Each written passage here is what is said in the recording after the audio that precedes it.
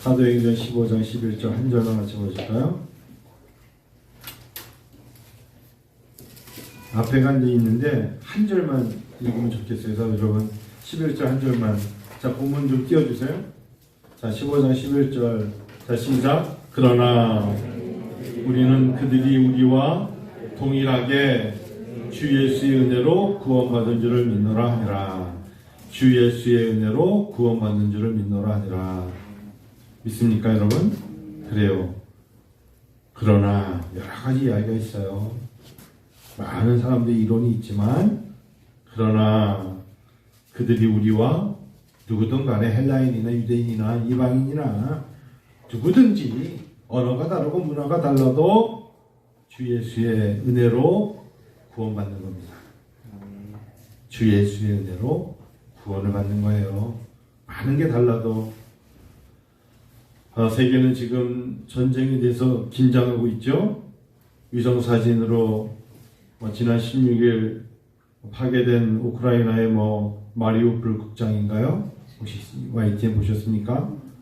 극장 건물 외부에 여기는 어린이가 있습니다 라고 써놨어요. 여기는 어린이들이 피신했습니다. 그러니까 즉 걔네들 다 알아요. 지금 여러분 공격한 사람들이 거점이 어딘지 알고 썼는데 여기는 어린이가 있습니다 라고 몇 명이 1,500명 1,200명 대피해 있다. 근데 거기에 집을 쏜 거 아니에요. 아이들이 몇 명이 죽었는지 몰라요 지금. 어린이라는 글자가 선명하게 보였는데 1,200명이 대피해 있었다고 하는데 러시아가 쐈어요. 저 진짜 가슴이 아프더라고요. 그 아이들이 거기 숨어 있는 건데. 여러분 혹시나 영화 마우트하우젠의 사진작가라는 영화 보셨어요?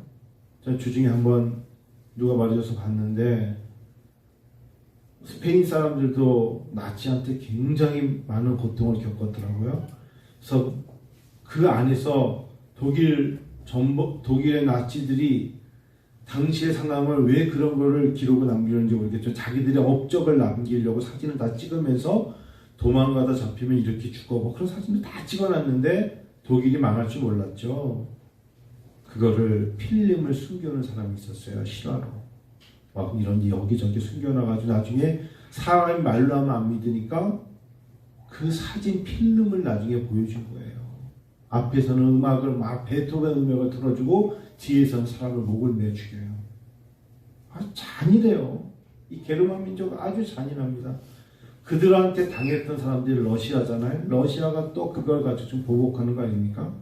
우크라이나 당국에서 야금 공장 가운데 여러분 아시죠? 그 마리우폴 아조우스탈인가 여기 제철소 러시아 애들이 이거 차지하려고 어제 또 발사했던 거 아닙니까?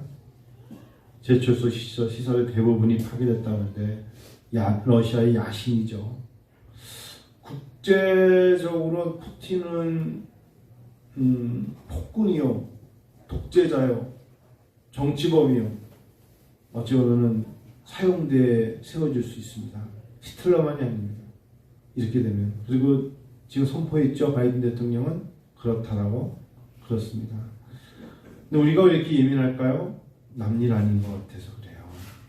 지금은요, 저희 주중에 목사님들 모여가지고 목요일날 목사님들은 말하기 좋아하고 굉장히 정치적인데 예민하잖아요. 모여가지고 청와대 이전 때 얘기하다 제가 그만하고 소리 질렀어요. 그만하세요. 우리 그만합시다. 그것 때문에 목사님들끼리 손가락에서 싸우셨어요. 그만. 이거는 새로운 당선인에게 맡기는 거예요. 용산으로 가던 5천억이 들던 그만하세요. 우리가 말하지 맙시다. 정말 저와 만난 사람들은 그냥 기도해 줍시다. 기도하고 정말 시간을 가지고 잘 옮길 수 있도록 해줘야 되고, 청와대를 민간인들에게 보여준다는데 나 청와대 가보고 싶었다고. 나 고향이 개동이라고. 거기가 어떻든 간에 그렇다고 치고 다 이유가 있으니까. 다만 안보적으로 우리 목회자들은, 특히 다른 사람들 몰라도 목회자들은 이런 걸로 분열돼서 안 됩니다. 그러니까 내가 학장이니까 그런 말을, 제가 말하니까 좀 잠잠해지시더라고요. 그만하십시다. 누가 점쟁이, 그런 말도 용안이 다 그런 건 소리고요. 그만하십시다. 그만하고 정말 우리가 그리스도인이 해야 될 게 있다면 나라와 민족을 위해서 기도하는 겁니다. 정말 기도해야 됩니다. 지금은 기도할 때입니다. 제가 오늘 우리 교사들 모임에도 그런 말씀 드렸어요.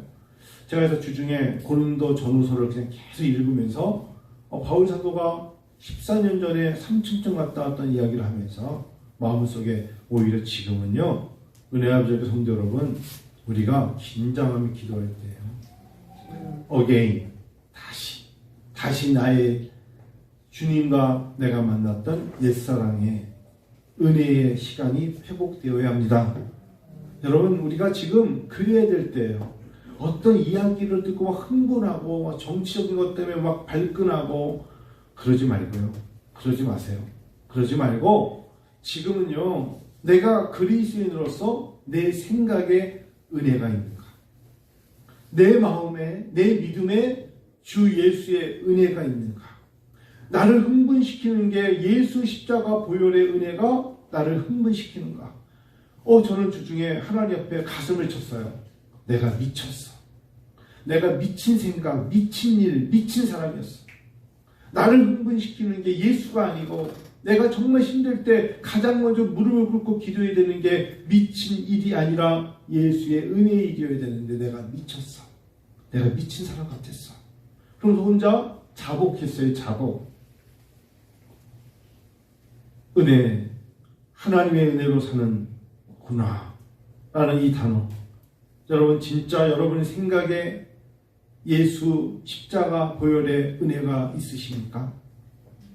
예수 십자가 은혜가 내 마음을 강타해서 나를 흥분시키고 나도 모르게 내 마음을 혼돈하게 만들며 내가 공허하다 생각하고 왠지 모르게 허하다며 우울하고 외롭다고 생각하는 그 모든 것이 은혜에서 미끄러졌기 때문은 아닌가요? 은혜가 상실한, 은혜가 떠나버린 그 자리에 세상에 무엇인가가 차고 들어왔기 때문에 내가 이렇게 된 건 아닌가. 가만히 돌아보니까 하나님의 은혜가 있을 때 직접적인 가장 큰 감사의 고백이 뭐였냐면 찬양이었어요. 성경은 그렇게 말해요. 가장 하나님에 대한 감사의 고백이 뭐냐? 찬양입니다. 찬양은 그래서 시켜서 하는 것도 아니고, 찬양은 누가 이렇게 부르라고 곡조를 가르쳐서가 아니라 하나님의 은혜가 감사로 넘치면 나오는 게 찬양이에요. 근데 언제부턴가 우리들이 찬양이 입가에서 떠나고 멈춰버린 거예요. 반주하시는 분들도 잘 들으세요. 반주는 할 수 있어도 찬양하기 쉽잖아요. 내가 반주하느냐고 음계를 보면서, 표현하기 쉽다면 콩나물 대가리를 보면서 막 칠 수는 있어도 내가 마음에 기뻐서 예수님 찬양, 예수님 찬양, 이 찬양을 걸어다니며 어떨 때 예수님 찬양합니다 합시다도 아니에요. 할렐루야 이러면서 혼자 손을 들고 할렐루야 이러면서 내 모습 속에 하나님의 은혜가 있을 때 미친 일에서 빠져나올 수 있고, 미친 생각에서 나올 수 있고, 미친 사람이라고 스스로 여겨지잖아요. 그래서 제가 지금 레이기 새벽마다 큐티를 하다가 그 오후에 설교하고 갑자기 오늘 주일날에는 이 사도행전 15장에 우리가 은혜로 구원받았구나, 이 이야기를 안 할 수 없겠구나. 그래서 하나님, 우리가 살아가면서 너의 머릿속에 은혜가 있니? 이렇게 물어보시는 것 같아요. 미친 생각, 우리도 모르게 다 미쳐있는 것 같아요. 생각이 미친 것 같아요. 너무 표현이 과격해서 죄송해요. 미친 것 같아요. 근데요, 그 미친 생각을 가만히 보면 개인적인 이익, 개인적인 욕망, 개인적으로 비교, 이런 것들을 미쳐 있어요. 미친 생각에 하나님의 인도하심이 생기면 예수님을 생각해요. 세상에 미쳐있는 생각, 사람에 미쳐있는 생각, 자기 일에 미쳐있는 것에 예수님의 십자가 보혈이 들어가면 갑자기 자기가 그 생각이 변해서 주님을 사랑합니다 라고 고백한대요. 예수님을 사랑합니다. 예수님을 의지합니다. 미친 일. 여러분, 사람이 미친 사람들 가만히 보면 도박하는 사람들 미치잖아요. 도박에 미치면 보이는 게 없잖아요. 집에 있는 거 다 갖다가 막 도박방에 갖다 낸다면서요. 요즘 아이들이 게임에 미치면 엄마가 불러도 들리지 않죠. 미치는 거예요. 미친 일. 사업 중에 미치게 만드는 상상도 못하고는 자기만의 그 미친 일이 대박이 나면 이 정도 이익이 남을 거야 하면서 미치는 일에 생각 빼앗기고 그 일 때문에 로또가 그런 거 아닐까요? 예를 들면 그런 사람들 일에 미치면 사람 안 보여요. 가족도 안 보이고 가족이 누가 병들었다 해도 들여다보지도 않아요. 일에 미쳤기 때문이에요. 나는 이 일에 미친 거야. 그 사람은 정말 나는 아파요. 나는 미쳐요. 나는 힘들어요. 말해도 내가 하는 일이 더 우선이 되는 거예요. 이 사람은 일에 미친 사람이에요. 뭐 모든 걸 다 잃어야 나중에 정말 뭐가 중요하다는 걸 후회하면 그때 깨닫겠죠. 그래서 어떨 때는 성령의 지배를 받는 것으로 착각하면 하는데 너에게 정말 가장 우선적으로 너에게 돌봐야 될 일이 무엇이냐를 물어봤을 때 가치를 잘 잡아야 돼요. 가족, 사람, 돈으로 살 수 없는 것들, 그것을 착각하면 큰일 나요. 나는 이게 하나님의 일이니까 내 가족도 필요 없고 교회도 필요 없고 나중에 후회해요. 일을 조심해야 돼요. 마지막으로 미친 사람이 되면 안 돼요. 사람도 미친 사람이 되면 안 돼요. 그래서 가끔 가다가 그냥 BTS를 보면 우리나라 워낙에 기업 아이들의 아이돌이니까 와 대단하다 말하지만 BTS에 미친 아이들 아미 군단을 보면 걔네들은 어딘가 조금 약간 예전에 비틀즈나 비지스에 미친 애들이 하는 거와 뭐가 달라요? 사람에게 미치는 거예요. 그룹에 미치는 거예요. 우리가 봤을 때 그 아이들이 국경을 넘어서 코로나고 뭐고 뭐 보이겠어요? 아무것도 안 보이죠. 여러분, 미친 생각과 미친 일과 미친 사람에 빠지면 어두움이 다가옵니다. 결국 어둠이 다가오면 그 사람들은 그 어둠을 이기기 위해서 약을 먹거나 아니면 좌절을 하거나 삶을 끝내죠. 자기 뜻대로 되지 않기 때문입니다. 그래서 예수님을 만나야 돼요. 내 생각에 예수님을 사랑해야 되고 내 생각에 예수님의 은혜를 생각해야 되고 내 일에 예수님을 섬기는 일이 있어야 돼요. 예수님을 섬기는 일에는 기도가 있어야 되고 말씀이 있어야 되고 찬양이 있어야 돼요. 미친 사람이 되는 그곳에는 예수를 생각하는 사람 예수, 하나님이 역사하신 그 마음이 있어야 돼요. 그때 달라져야 돼요. 그때 달라집니다. 여러분 잘 아시는 그 조두순 사건 있지 않았어요? 2008년에 12월 달에 대한민국 흔들었잖아요. 안산시 단원구에 있는 한 교회 안에 화장실에 만 8살 아이를 강간 폭행한 사람, 인간이 아니잖아요.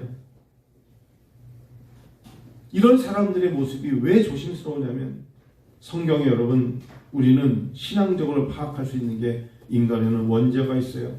오리지널 신.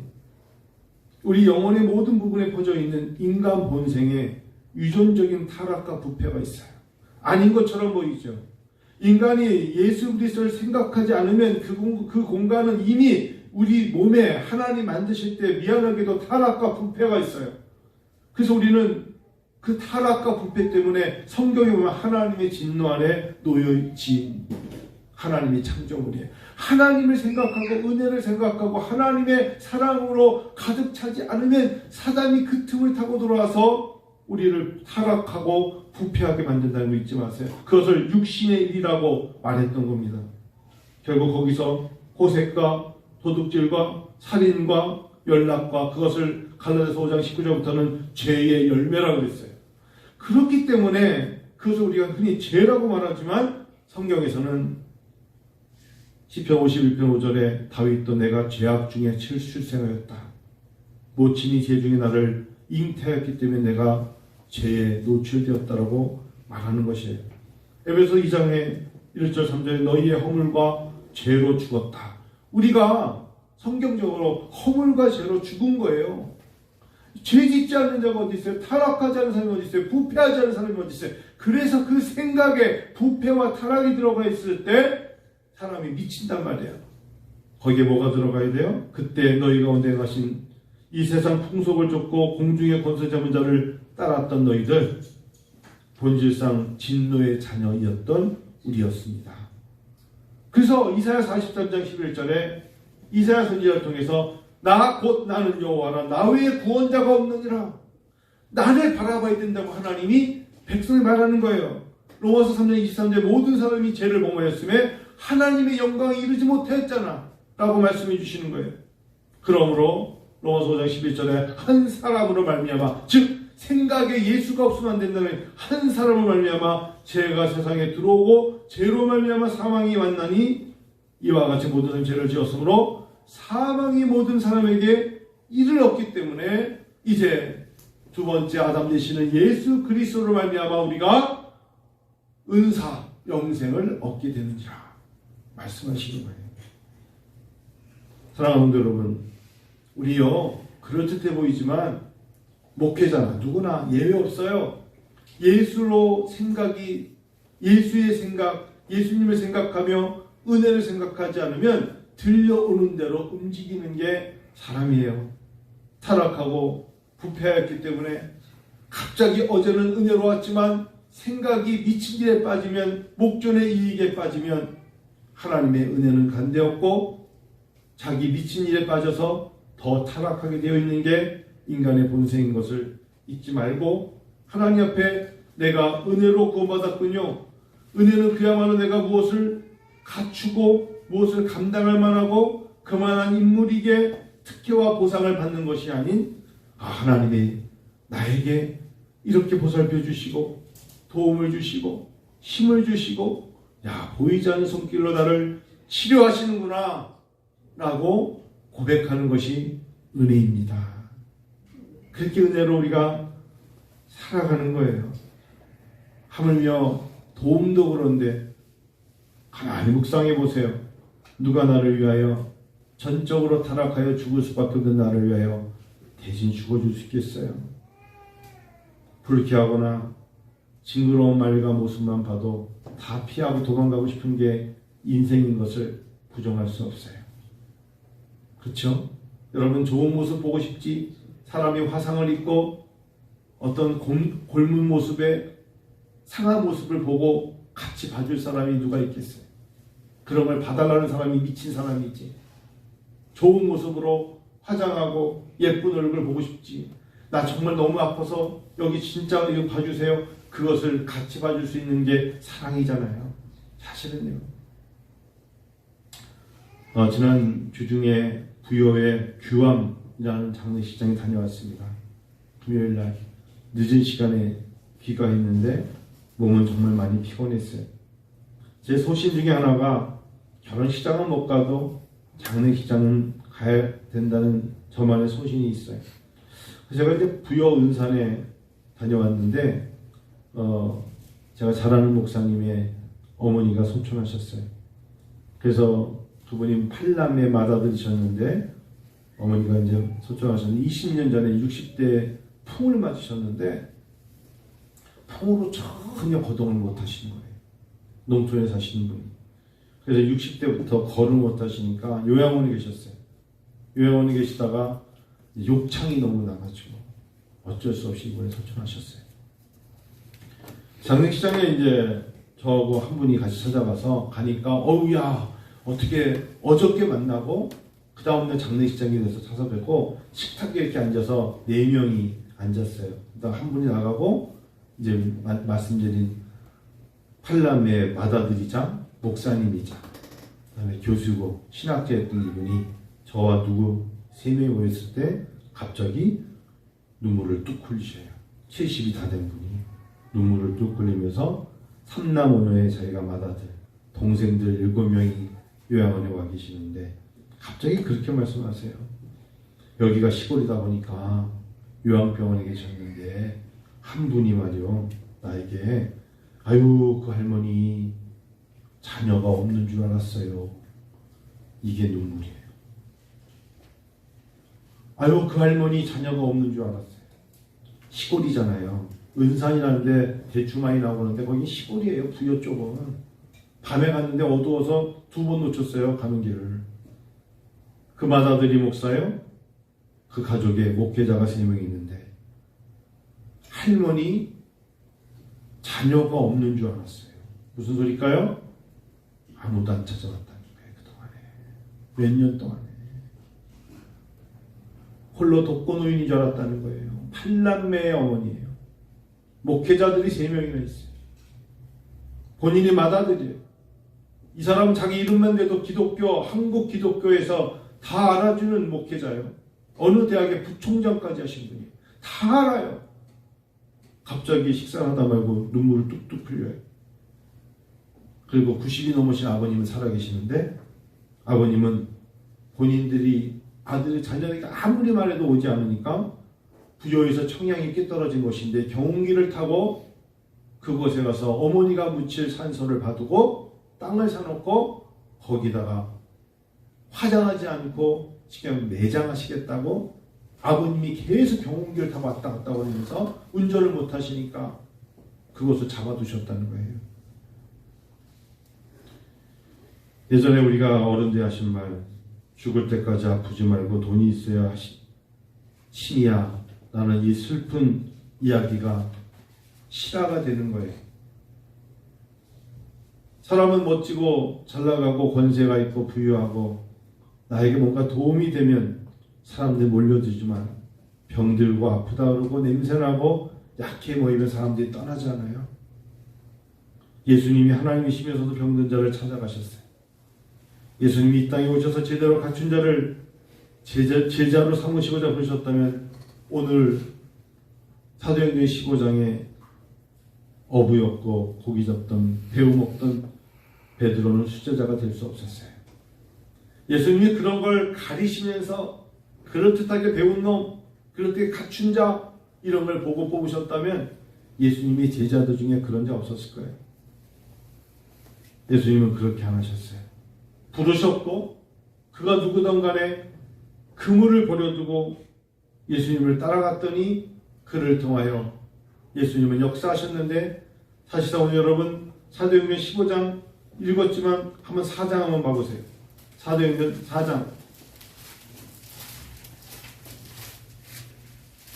자 13절 사실은 사도행전 4장에 베드로가 멋진 얘기를 합니다. 8절부터 이에 베드로가 4장 8절 보면 성령이 충만하여 이르되 백성의 관리들과 장로들아 만일 병자에게 행한 착한 일에 대하여 이 사람이 어떻게 구원을 받았느냐. 오늘 구원에 대한 이야기하는 건데 오늘 우리에게 질문한다면 10절 읽어 시작. 너희와 모든 이스라엘 백성들은 알라. 너희가 십자가에 못 박고 하나님이 죽은 자 가운데 살리신 나사렛 예수 그리스도의 이름으로 이 사람이 건강하게 되어 너희 앞에 섰느니라. 멋진 이런 설교를 이전에 어린 소자 앞에서 소녀 앞에서 3번이나 다 꾸기 전에 3번 나를 부인하라 했던 그 베드로가 이제 변화되어서 생각이 예전에는 어린 소녀로 말미암아 혹시나 본인이 잡혀가서 고난을 겪을까 두려웠던 베드로가 아니라 생각이 바뀌었어요. 어떻게 바뀌었느냐? 예수 그리스도의 이름으로 이 사람이 건강해졌다 하면서 11절에 이 예수는 너희 건축자들의 버린 널러서 집 모퉁이의 머릿돌이 되었다 라고 말하는 베드로로 생각이 바뀐 거예요.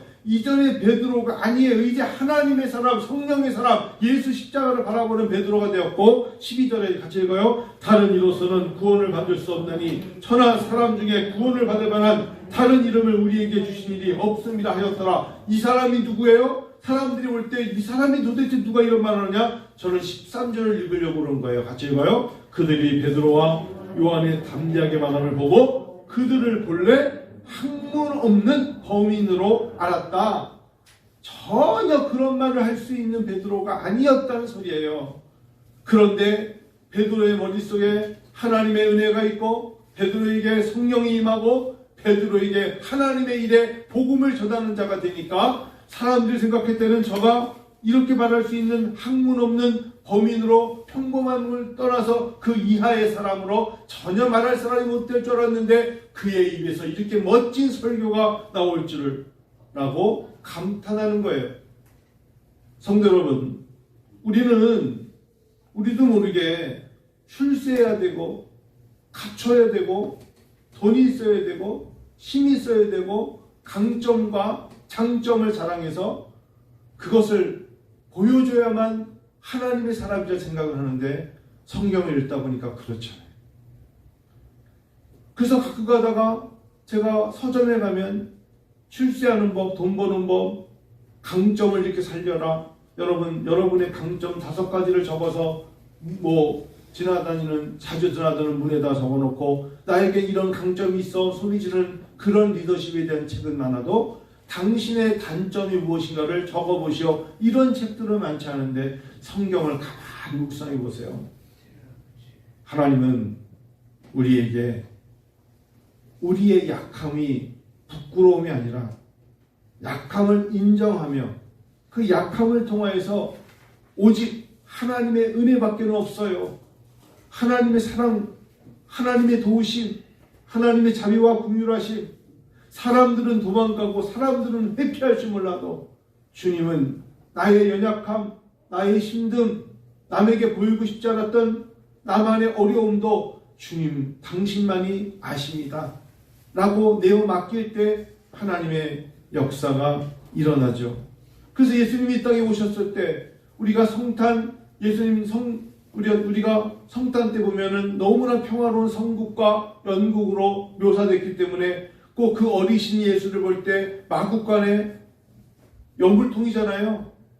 소가 먹는 밥통, 여물통 아니니까 거기서 예수님 태어나신 걸 너무 멋지게 성극화시켰지만 평화지만 그게 사실은 옆에서 소와 돼지들이 동물들이 배설물 속에 냄새나는 곳에 예수님이 정말 낮은 곳에 오신 거잖아요.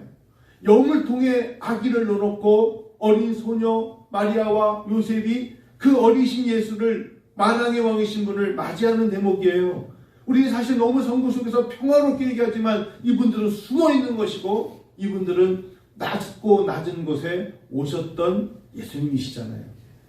적어도 우리가 신앙생활을 한다면 세상의 관점에서 보는 것에 신앙의 관점으로 보는 것은 다르다는 것을 인식해야죠.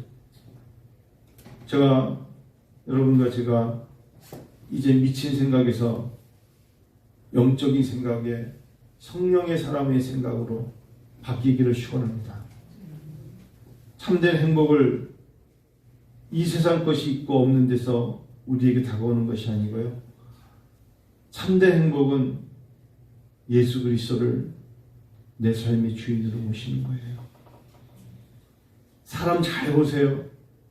저 사람이 무엇을 가졌기 때문에 부러울 것 같지만 그 사람이 가지고 있는 그 부러움이 사실은 속되고 헛되고 그것 때문에 그 사람이 족쇄에 묶여있는 경우도 참 많아요. 절대로 어떤 것 때문에 나의 만족과 행복을 찾으려는 것은 어리석은 거예요. 어리석고 진정 어리석은 거예요. 예수님이 왔을 때 예수님께서 허락하심으로 예수께서 내 삶의 주인으로 모실 때 그때 진정한 행복이 오는 것인 것 같아요. 진정한 행복은 예수 그리스도에 있는 거예요. 예수님이 내 마음에 오시면 일과 생각과 사람에 대한 집착이 변하게 되어 있어요. 제가 기도 중에 지난주 중에 만약 주님이 내 마음에 임하시면 그동안 나를 붙잡고 있던 어두움이 떠나가는구나. 미친 생각, 미친 일, 미친 사람이 다 떠나가 버리고 주님을 사랑하고 주님을 의지하는 사람에게 주시는 진정한 기쁨과 평안과 자유, 주님의 은혜와 사랑이 넘쳐나는구나. 그 하나님 앞에 이것이 진정한 행복이고 그럴 때 진정한 성공이라 말할 수 있겠구나. 그것이 축복이고 은혜인 줄 믿습니다.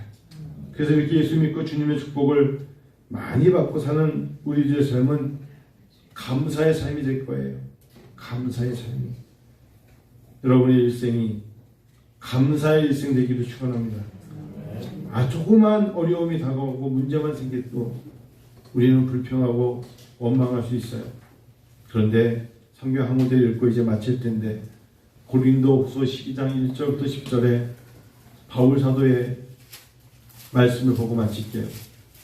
무익하나마 내가 부득불 자랑하노니 주의 환상과 계시를 말하리라.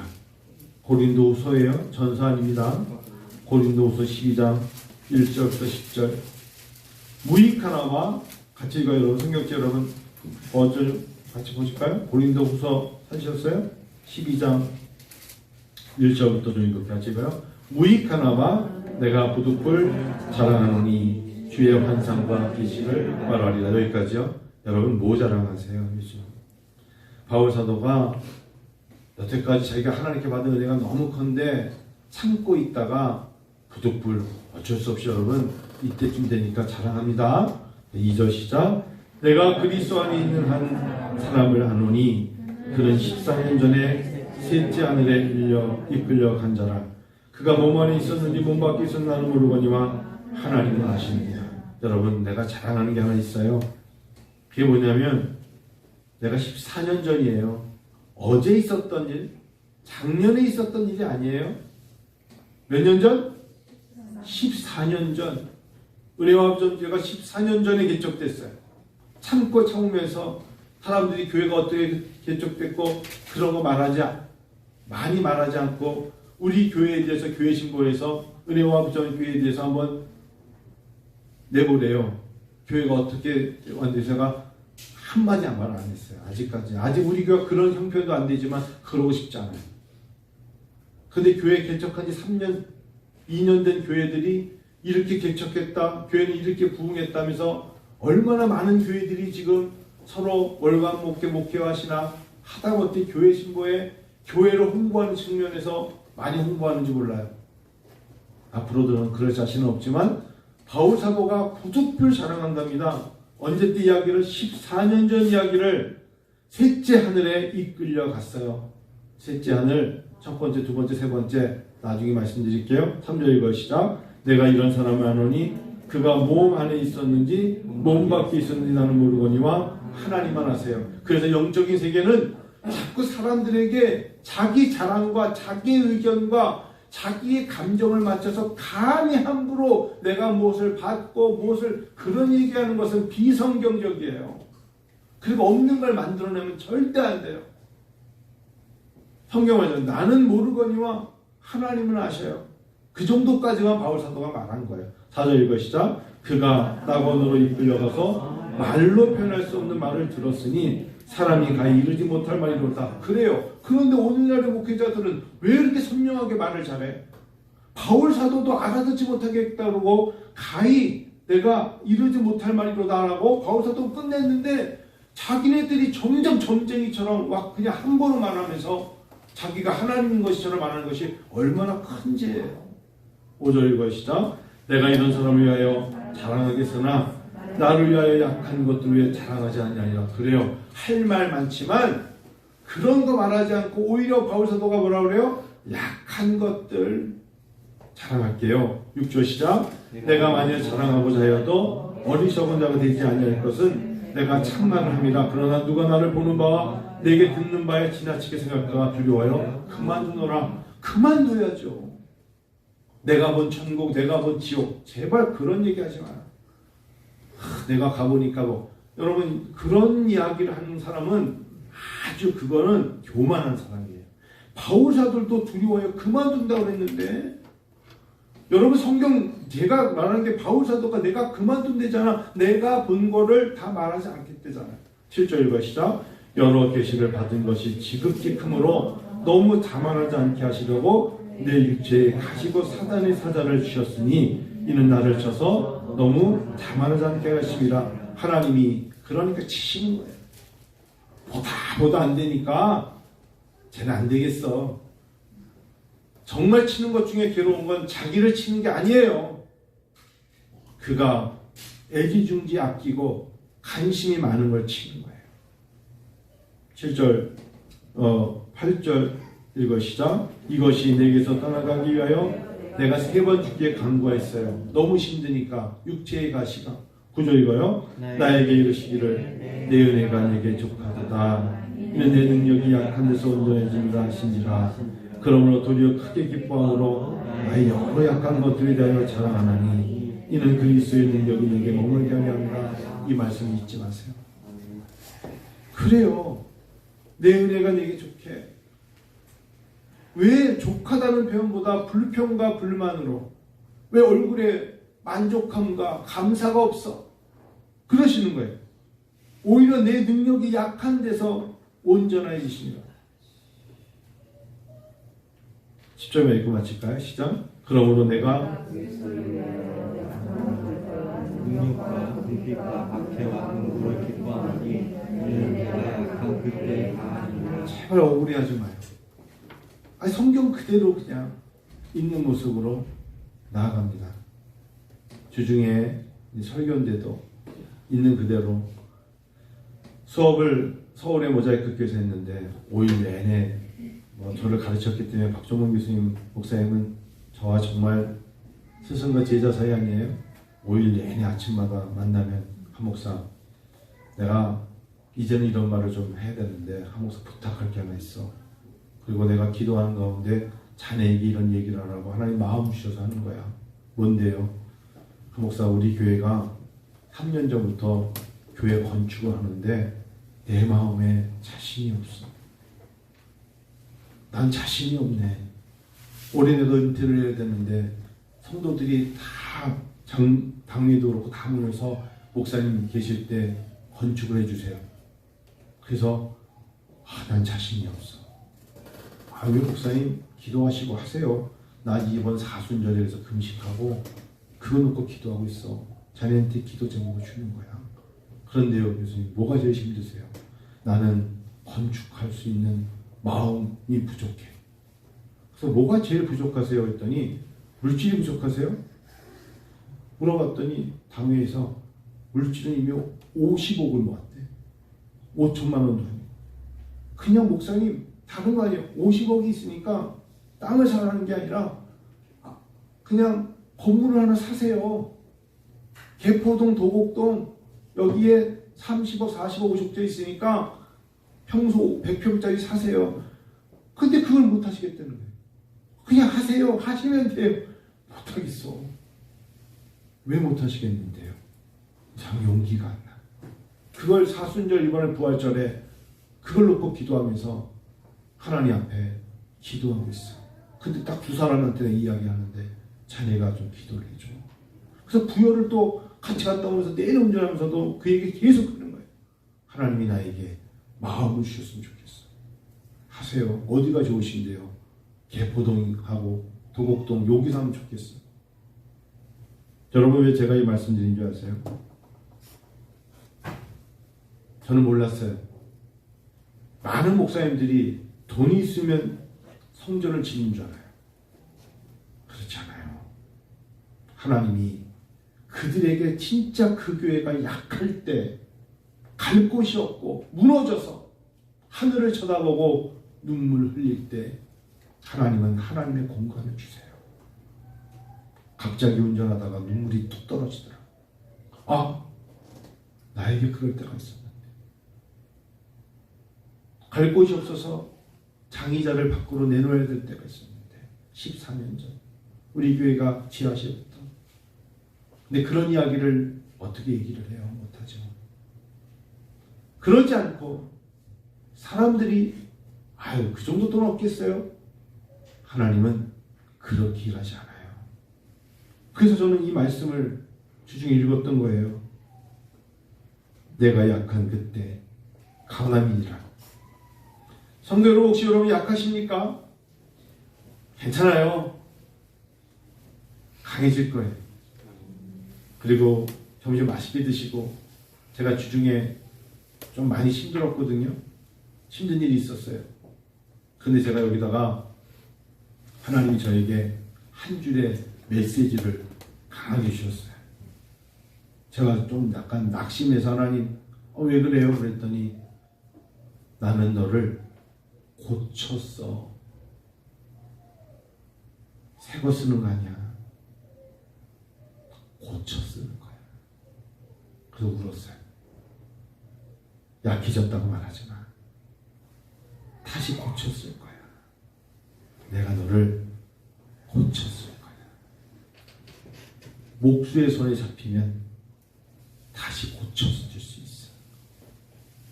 처음에 있었을 때 든든함에서 다리가 부러지고 녹이 쓸 수 있으면 다시 고쳤을 거야. 할렐루야. 여러분 고쳐 쓰실 거예요. 하나님께서 예전에 처음 샀을 때 그 모습만 생각하지 말고 고쳐 쓰신 하나님. 근데 사람이 하지 마세요. 하나님께 하셔야 돼요. 기도하십시오.